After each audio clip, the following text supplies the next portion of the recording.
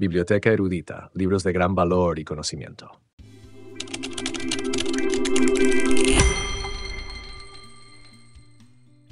Bienvenidos a Biblioteca erudita. Hoy vamos a sumergirnos en un libro que promete sacudir nuestras ideas sobre política y sociedad, El mito de la derecha, de Gustavo Bueno. Este ensayo busca desmantelar algunas de las creencias más comunes sobre lo que significa ser de derechas en el mundo actual. A través de sus páginas, Bueno nos invita a cuestionar las etiquetas políticas y a entender los matices que se esconden detrás de ellas. En este video, vamos a explorar juntos los capítulos más relevantes de este libro, desgranando los argumentos del autor y analizando cómo nos desafía a repensar nuestras propias percepciones políticas. Así que, si tienes curiosidad por entender un poco mejor este tema y ver más allá de los estereotipos, quédate con nosotros. Vamos a comenzar. Hace 5 años, publiqué un libro llamado El mito de la izquierda que generó reacciones intensas y variadas. Muchos lo criticaron fuertemente, especialmente aquellos que se identificaban con el socialismo tradicional, defendiendo una idea de izquierda como una unidad única y opuesta a la derecha. Sin embargo, el libro no atacaba al socialismo en sí, sino que cuestionaba el mito de una izquierda unitaria, tal como la planteó el PSOE en los años 70 siguiendo el modelo de Antonio Machado, una de las dos Españas a del arte el corazón. Esta visión del mundo como un enfrentamiento entre dos fuerzas, derecha e izquierda, se vio difuminada tras la Constitución de 1978, pero resurgió cuando el PP comenzó a consolidarse en el poder en el año 2000. El libro también sugería que el término socialismo había sido apropiado de manera exclusiva por ciertos partidos y corrientes, como el socialismo utópico, científico, nacionalista y comunista. Esta apropiación generó una identificación casi mística del socialismo con ciertas ideologías, ignorando que el socialismo es un concepto más amplio y no necesariamente opuesto al capitalismo. La obra negaba la existencia de una izquierda esencial y unitaria, al considerar que tanto la derecha como la izquierda compartían un trasfondo de socialismo genérico, y que la oposición entre ambas no era tan dualista o maniquea como se solía pensar. Se analizan las diferentes generaciones de izquierdas desde la Revolución Francesa hasta los movimientos de izquierda más contemporáneos, mostrando cómo cada una de estas corrientes ha tenido objetivos y fundamentos distintos, lo que refuerza la idea de que no hay una única izquierda. Además, se expone que la derecha no puede definirse simplemente como la parte conservadora o moderada, ya que tanto la derecha como la izquierda han tenido momentos de conservación y de cambio, dependiendo del contexto histórico y del régimen al que se oponían o defendían. La idea de la derecha política parece, a primera vista, clara y definida, pero en realidad es bastante confusa y enredada. Esta complejidad se debe a las dificultades para trazar límites claros entre la derecha, la izquierda y el centro, así como para identificar las distintas especies o variedades de derecha. El problema se agrava aún más cuando intentamos clasificar los diferentes partidos, corrientes o grupos políticos que se encuentran bajo esta etiqueta. Un ejemplo de esta confusión se observa en las múltiples clasificaciones de partidos de derecha que incluyen desde Alianza por la Unidad Nacional hasta Unión del Pueblo Navarro, pasando por partidos con ideologías tan dispares como Ciutadans, Falange Española de las Joncs o el Partido Popular. La lógica detrás de estas clasificaciones no es uniforme y se basa en criterios tan variados como la extensión territorial, la afiliación histórica o incluso características muy particulares, como en la famosa clasificación china de animales que cita Borges. Además, la derecha puede ser concebida de diferentes formas, como un concepto genérico que engloba a todas sus variedades bajo una misma categoría, o como un concepto específico con múltiples modulaciones derivadas de su enfrentamiento con las diversas izquierdas y su reacción conservadora ante los cambios. Así, es posible hablar de una derecha liberal, conservadora, radical, moderada, monárquica, republicana y muchas otras más, cada una con características propias y a menudo contradictorias. La derecha, lejos de ser un bloque homogéneo, es un mosaico de ideologías y posiciones políticas que se enfrentan y entrelazan de maneras complejas, haciendo difícil una clasificación simple y definitiva. Esta multiplicidad de formas y significados refleja la diversidad de contextos históricos y sociales en los que se desarrolla, lo que a su vez genera un auténtico embrollo cuando se intenta entenderla como una unidad clara y coherente. Para analizar el embrollo de la derecha política, es crucial diferenciar entre una escala fenoménica, que se refiere a los fenómenos visibles y prácticos de la política diaria, y una escala estructural, que se enfoca en los elementos fundamentales y constitutivos de las ideologías políticas. En la escala fenoménica, la derecha se percibe a través de decisiones concretas como monarquía versus república o aborto libre versus prohibición del aborto. Sin embargo, esta escala está llena de confusiones y contradicciones que se arraigan en percepciones inmediatas y subjetivas. Para entender mejor la idea de la derecha, es necesario usar un modelo estructural, un enfoque que permita desentrañar las verdaderas estructuras detrás de las apariencias fenoménicas. Este modelo parte del espacio gnoseológico, un esquema que incluye componentes semánticos, significados y asociaciones de términos como derecha o izquierda, pragmáticos, las prácticas políticas y sus justificaciones, y sintácticos, las lógicas y relaciones internas de los conceptos. Los componentes semánticos se dividen entre la realidad tangible, como símbolos, militantes y prácticas, y los significados ideológicos o intangibles que configuran las identidades políticas. En la derecha, estos elementos pueden estar en tensión entre lo técnico, las acciones concretas, y lo nematológico, las narrativas y mitos que legitiman esas acciones.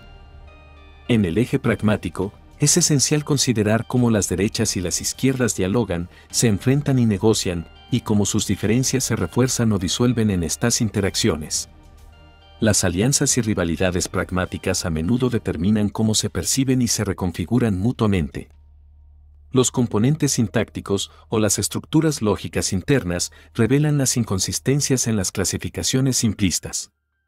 No basta con ver a la derecha como una sola entidad, se debe entender como un conjunto de relaciones y modulaciones que cambian y se adaptan en función de las circunstancias históricas, culturales y políticas. Para analizar la derecha política y su embrollo, se debe mirar más allá de los fenómenos visibles y profundizar en las estructuras subyacentes que dan forma a las ideologías, utilizando un enfoque filosófico y metodológico que permite entender las verdaderas dinámicas detrás de los términos que utilizamos. El mito de la derecha se refiere a la transformación del concepto original de derecha en un significado mítico y metafísico que ha evolucionado a lo largo de la historia europea desde 1789 hasta 1989. Inicialmente, la derecha se entendía en términos positivos y prácticos como una ubicación en el espectro político definido por posiciones físicas en asambleas parlamentarias. Sin embargo, con el tiempo, esta idea se ha convertido en un mito, un concepto cargado de significados que van más allá de su uso original.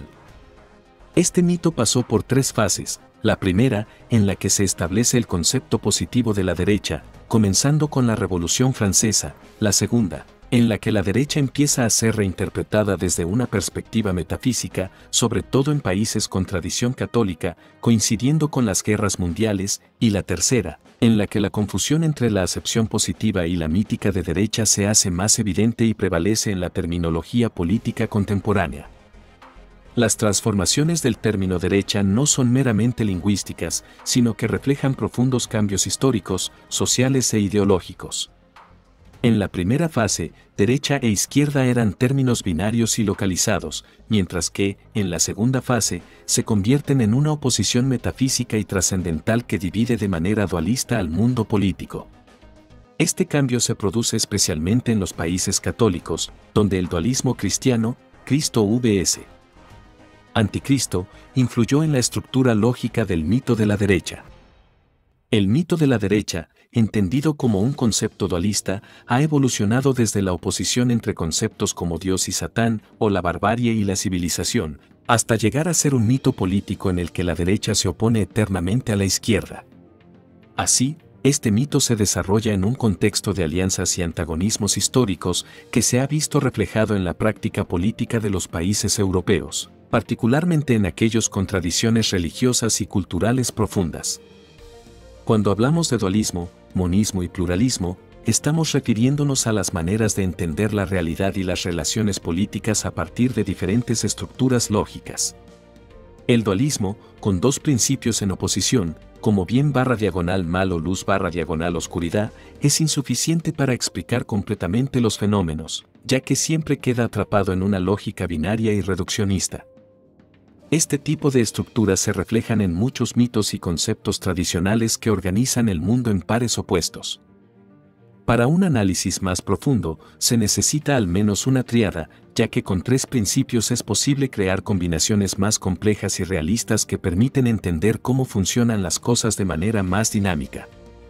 Esto es algo que ya conocían los romanos con su máxima tria faciunt collegia, 3 hacen una asociación. En el terreno político, la dualidad de derecha/diagonal-izquierda es muchas veces simplificada a través de modelos que la relacionan con otros dualismos de diferentes campos, como el bien/diagonal-mal, conservador/progresista o masculino/femenino. Sin embargo, estos modelos dualistas no logran establecer de manera convincente la oposición política entre derecha e izquierda sin recurrir a una base metafísica o reduccionista.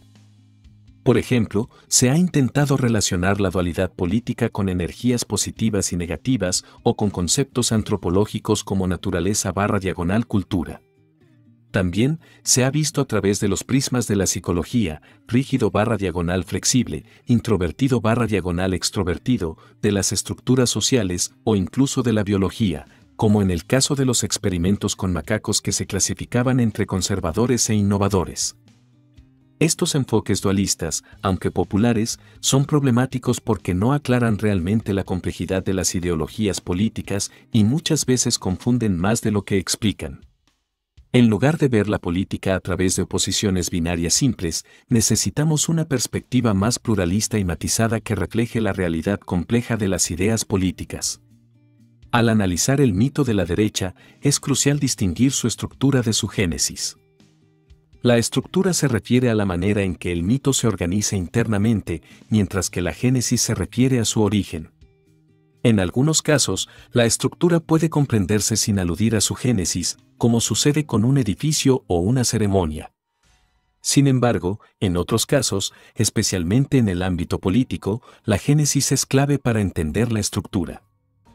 El mito de la derecha se configura precisamente al distanciarse de su origen en el antiguo régimen, un sistema que se fue desmoronando ante el avance de las izquierdas.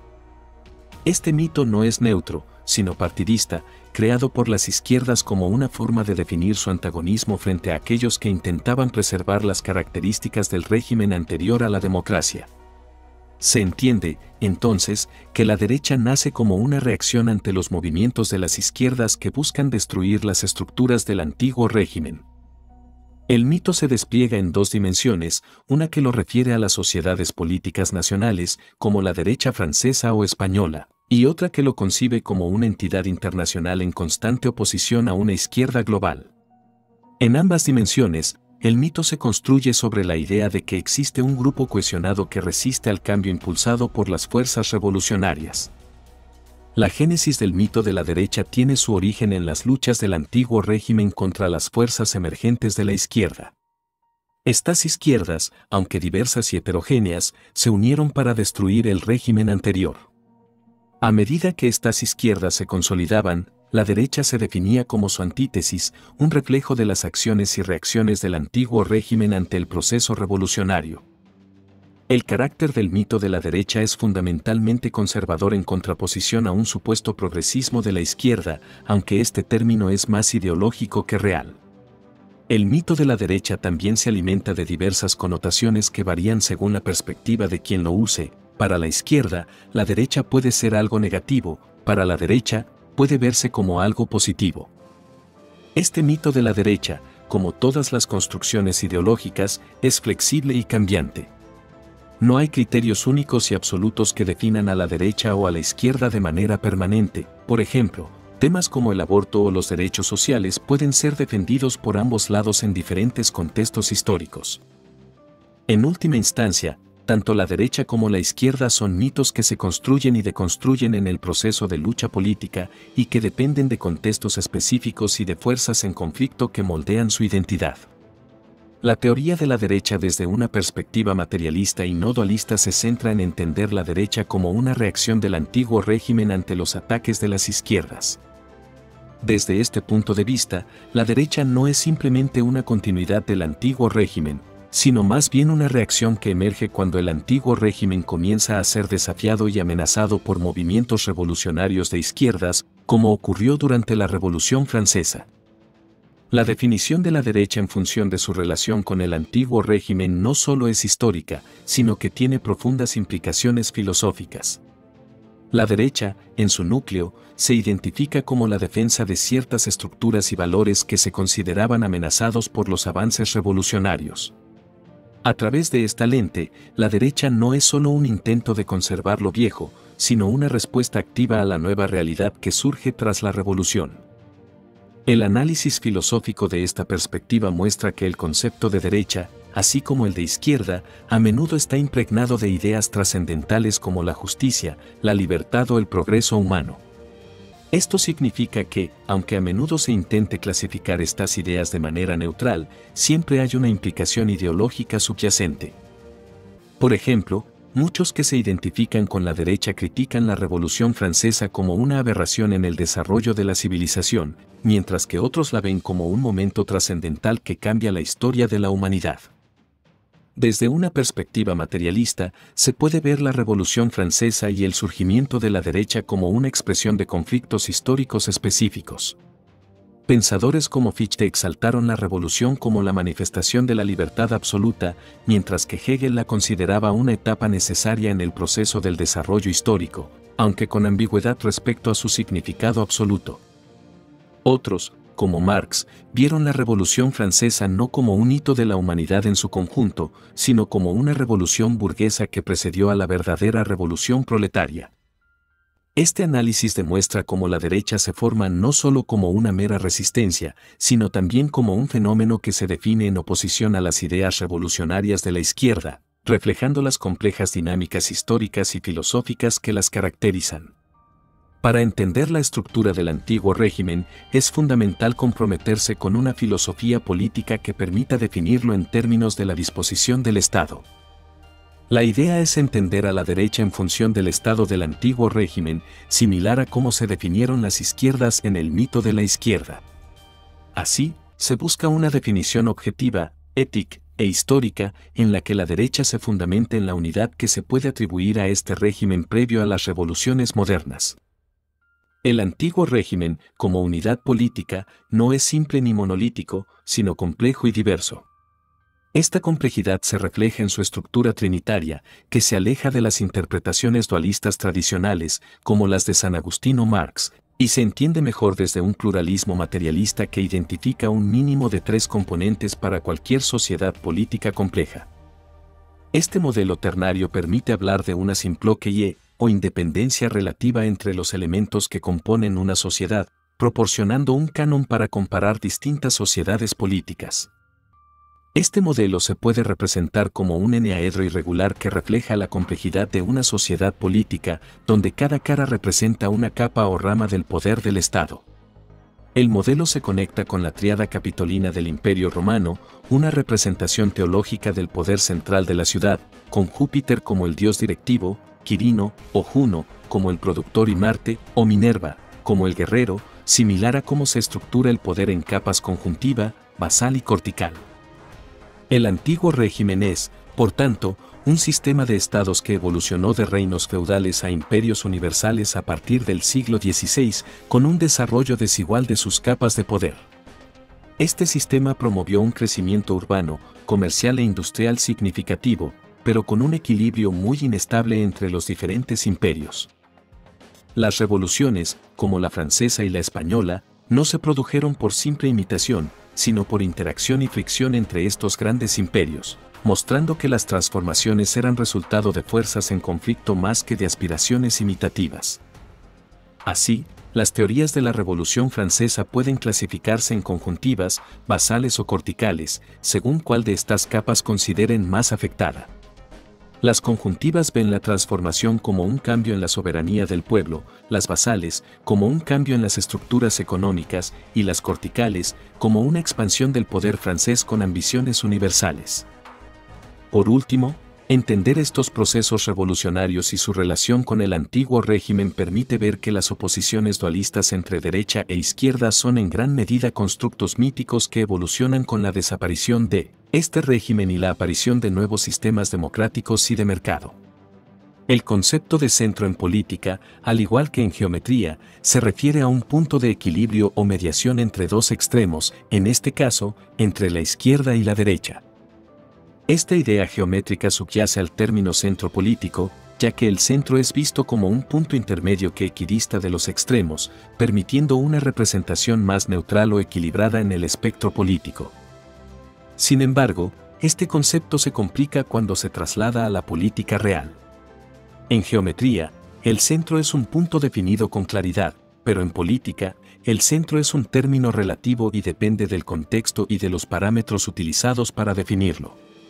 En muchos casos, el centro político se asocia a posiciones que buscan moderación o compromisos entre las posiciones más extremas de izquierda y derecha, pero esta neutralidad no siempre es posible o real. Existen diferentes interpretaciones de lo que significa ser un partido de centro. Por ejemplo, algunos partidos que se autodefinen como centristas pueden acercarse más a la derecha o a la izquierda dependiendo del tema específico que se discuta, lo que crea subcategorías como centro-derecha o centro-izquierda. Esta flexibilidad es a la vez una ventaja y un problema, ya que permite una adaptación a distintos contextos, pero también genera ambigüedad y falta de definición clara. En la práctica, partidos como la UCD, Unión de Centro Democrático, en España durante la transición o el Partido del Centro en Alemania en la época de la República de Weimar intentaron ubicarse en esta posición de moderación, buscando superar las divisiones polarizantes de sus respectivos contextos históricos. La UCD, por ejemplo, intentó ser una superación del dualismo mítico entre derecha e izquierda, proponiendo una vía que evitara tanto las rupturas con el régimen anterior como la restauración de la República. Sin embargo, la complejidad de las situaciones políticas reales, donde las posiciones de los partidos a menudo deben responder a diversos intereses y conflictos, hace que la idea de un centro puro sea en muchos casos un ideal teórico más que una realidad tangible. El centro político puede entenderse de múltiples maneras, como un punto de equilibrio, como una posición intermedia entre extremos o incluso como una posición que evita comprometerse completamente con ninguna de las opciones existentes. Sin embargo, su definición concreta y su efectividad dependen siempre del contexto específico y de cómo se configuren las fuerzas políticas en cada momento histórico. La derecha tradicional puede entenderse como las corrientes políticas que derivan del antiguo régimen, es decir, de las estructuras de poder anteriores a las revoluciones liberales y democráticas de los siglos XVIII y XIX. Estas corrientes mantienen una continuidad con las respuestas y adaptaciones que el antiguo régimen dio frente a los desafíos planteados por las izquierdas revolucionarias. Este concepto de derecha no es simple y a menudo se utiliza de manera vaga y deíctica, apuntando a grupos o partidos específicos sin una definición clara. En el campo político, se suele confundir a menudo con términos como conservadurismo, lo cual puede ser engañoso porque el conservadurismo no siempre es un rasgo exclusivo de la derecha, ni todas las derechas son necesariamente conservadoras en todos los contextos. Dentro de esta derecha tradicional, se identifican tres grandes modulaciones: la derecha primaria, la derecha liberal y la derecha socialista. La derecha primaria es aquella que se enfrenta directamente a las primeras generaciones de la izquierda, como el jacobinismo y el anarquismo, defendiendo los valores del antiguo régimen, generalmente con un fuerte componente religioso y católico. Esta derecha tradicional se opone al liberalismo, al igual que al comunismo o al anarquismo, manteniendo una postura contraria a las ideas de igualdad y libertad radical promovidas por las primeras izquierdas.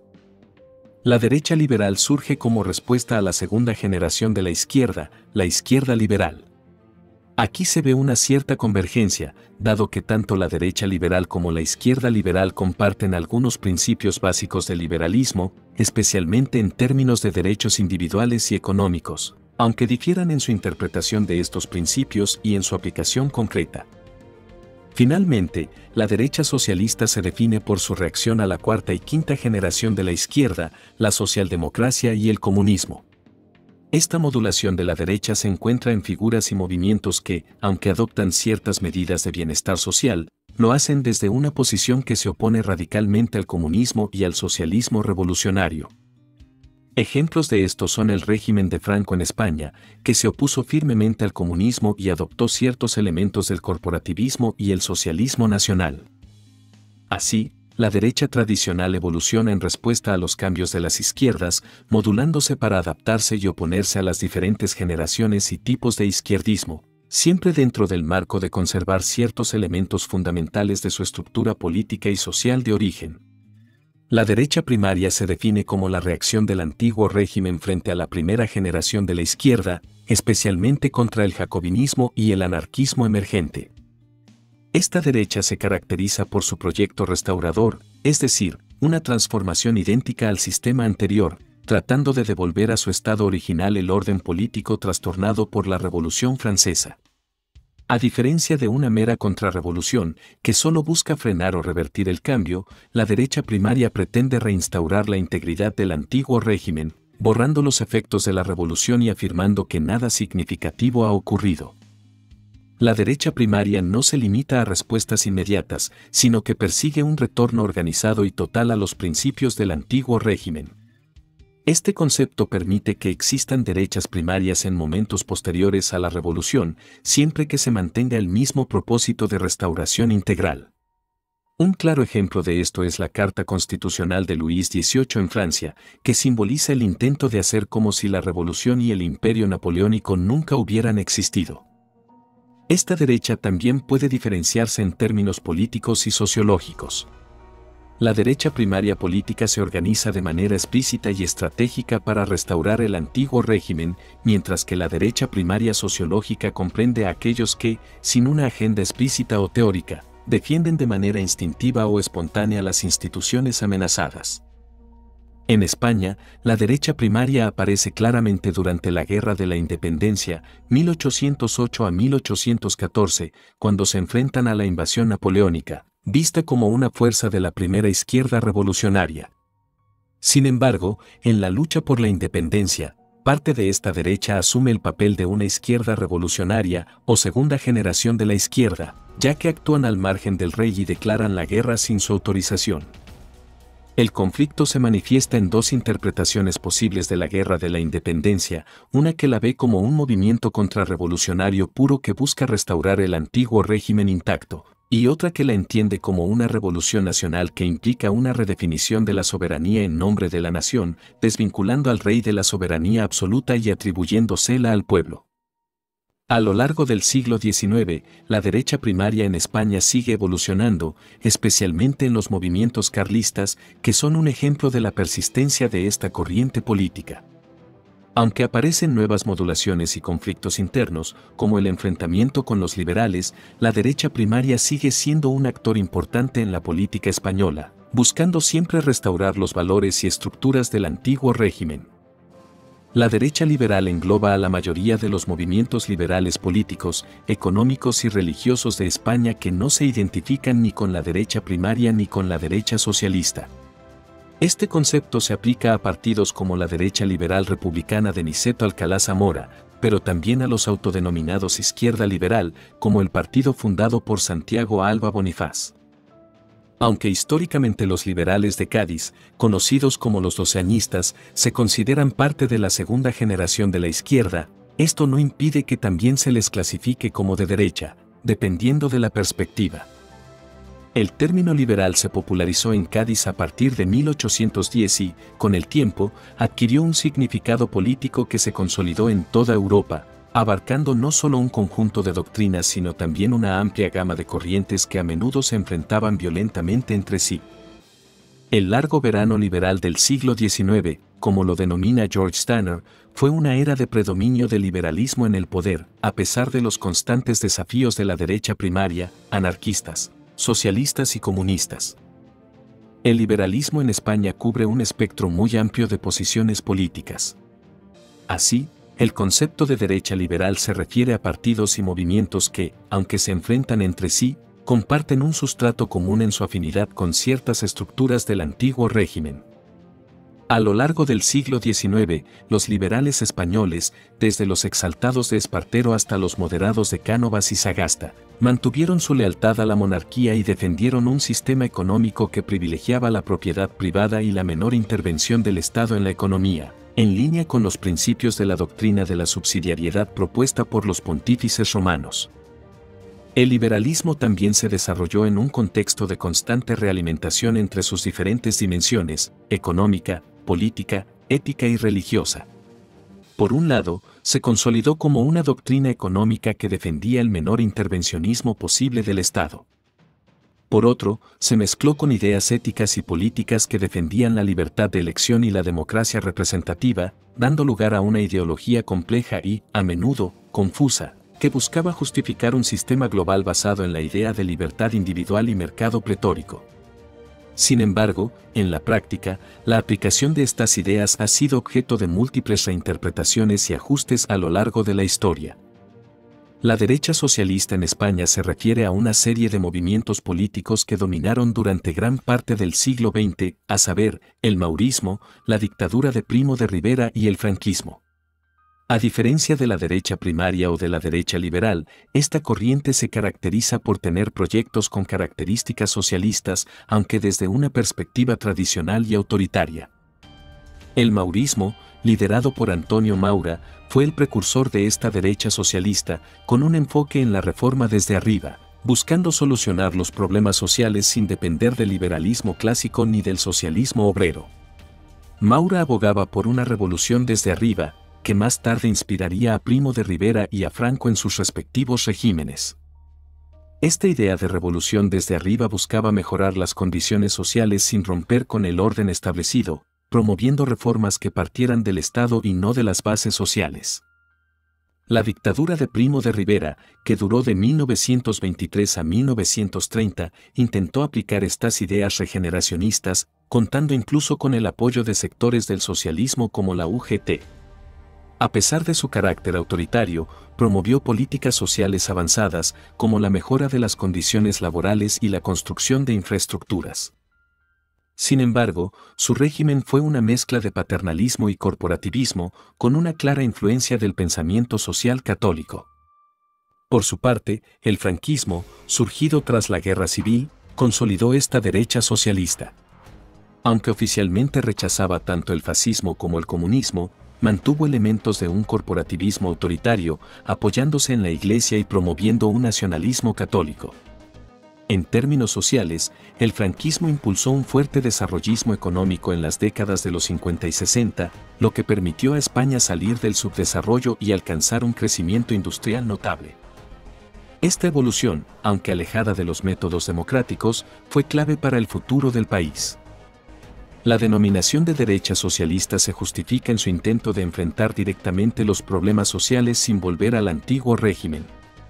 Esta corriente no buscaba una contrarrevolución que restaurara las viejas estructuras feudales, sino una alternativa a las revoluciones proletarias que se promovían desde la izquierda marxista. Así, la derecha socialista española no puede entenderse como un simple disfraz de una derecha esencial e inmutable, sino como una serie de movimientos con proyectos originales, adaptados a los tiempos y a las circunstancias históricas en las que surgieron. Las derechas no alineadas se definen en oposición a las derechas alineadas con el antiguo régimen, como la derecha primaria, liberal y socialista. Las derechas no alineadas no siguen la línea genealógica de los procesos históricos derivados del antiguo régimen. Estas derechas se consideran novedosas, con características distintas a las derechas tradicionales y con una evolución independiente, surgida de mezclas y transformaciones fuera del marco de la tradición. El concepto de no alineación se aplica cuando una corriente política ya no mantiene influencia directa o conexión formal con el antiguo régimen o con sus sucesores. Por ejemplo, el fascismo italiano o el nacionalsocialismo alemán no pueden considerarse meras derivaciones de la derecha tradicional, tienen rasgos nuevos que también presentan analogías con algunas izquierdas tradicionales, como el socialismo. Las derechas no alineadas son muy diversas, ya que, por definición, no están vinculadas a una misma línea genealógica del pasado. Esta diversidad se refleja en su capacidad para incorporar elementos de distintas fuentes y contextos históricos. En consecuencia, los movimientos no alineados, como el fascismo o el nacionalsocialismo, no son simplemente una extrema derecha, sino fenómenos distintos que no pueden reducirse a los esquemas de la derecha tradicional.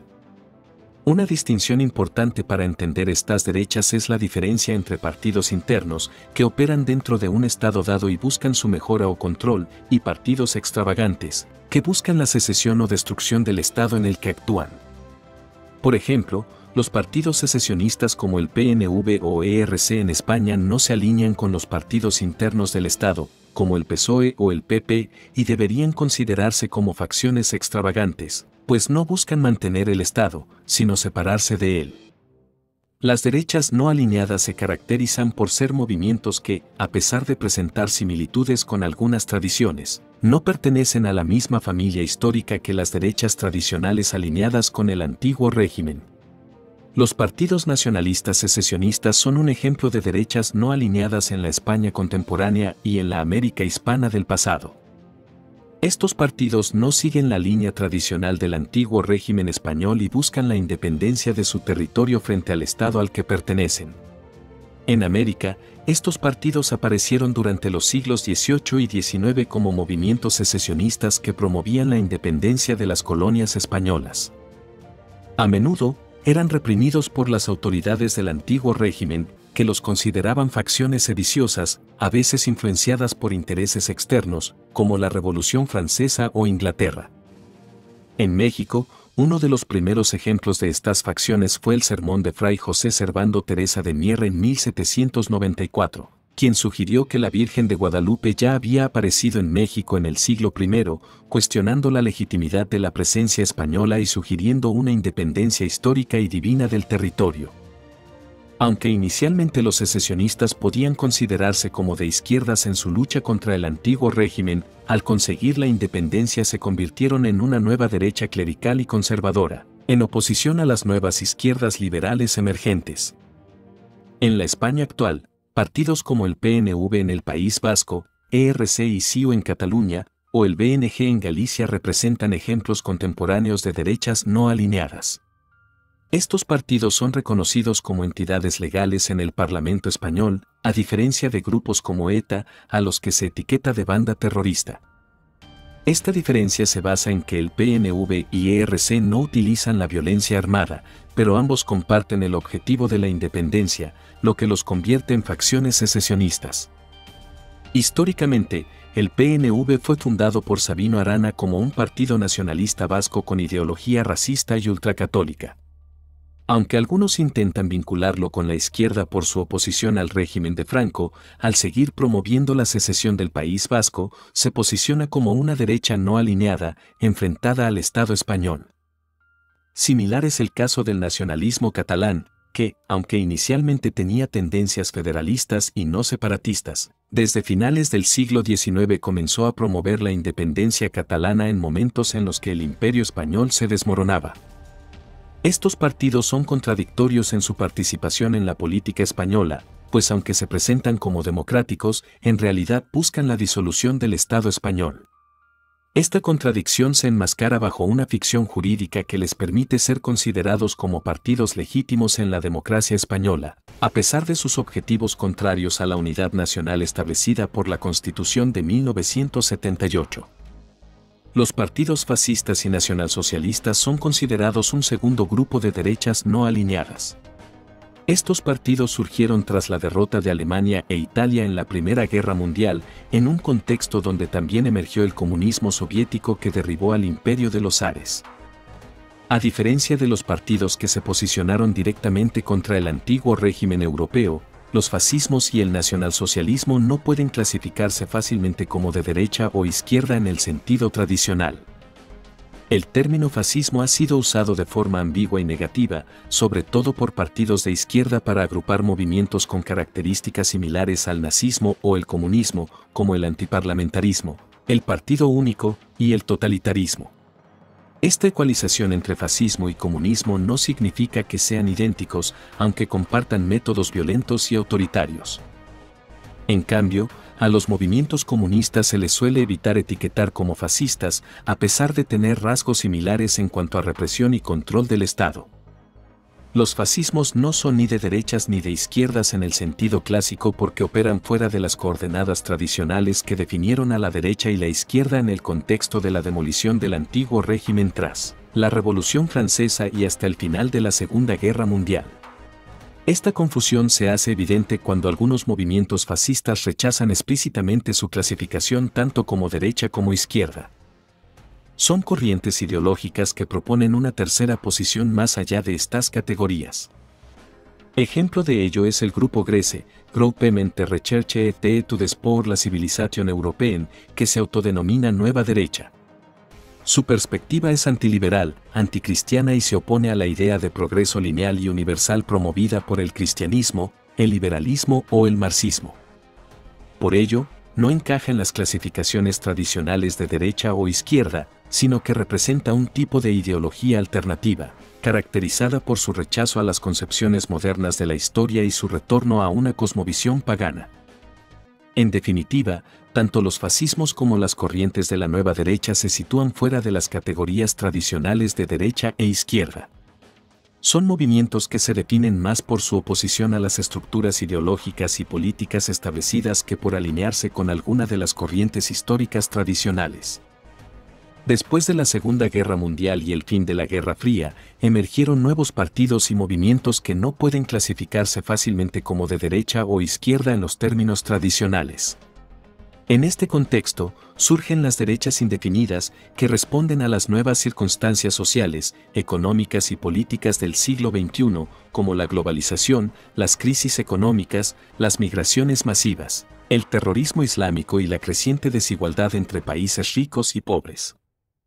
Entre estos partidos destacan el Frente Nacional en Francia, liderado por Jean-Marie Le Pen, y el Partido Liberal Austriaco de Horst Haider.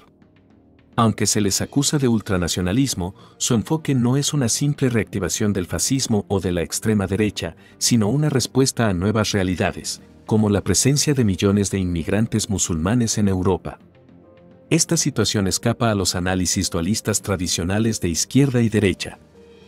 Asimismo, los verdes o movimientos ecologistas tampoco encajan en las categorías tradicionales. Aunque a menudo se les asocia con la izquierda, no están alineados con las izquierdas clásicas como la socialdemocracia o el comunismo. Su enfoque se centra más en el ecologismo, el pacifismo, el feminismo y otros temas que, aunque vinculados a las luchas progresistas, también reflejan una mezcla de ideologías, incluyendo influencias anarquistas y románticas. En cuanto a España, el debate sobre qué significa ser de derecha o izquierda es complejo. Aunque tradicionalmente el PSOE e IU se consideran de izquierdas y el PP de derechas, esta dicotomía se diluye al considerar su apoyo común a la monarquía constitucional establecida en la Constitución de 1978. Las tensiones surgen especialmente en relación a las facciones secesionistas, como el PNV, ERC o BNG, que desafían directamente la estructura territorial del Estado español, planteando problemas que van más allá de las categorías de izquierda o derecha y que tocan la propia existencia del Estado. Muchas gracias por acompañarnos en este análisis de El mito de la derecha de Gustavo Bueno. Si te ha gustado el video, no olvides darle me gusta, suscribirte al canal Biblioteca Erudita y activar la campanita para no perderte los mejores resúmenes de libros llenos de conocimiento y valor. Comparte este video con quienes creas que puedan disfrutarlo y deja en los comentarios qué libros te gustaría encontrar próximamente en el canal. Nos vemos en el próximo video.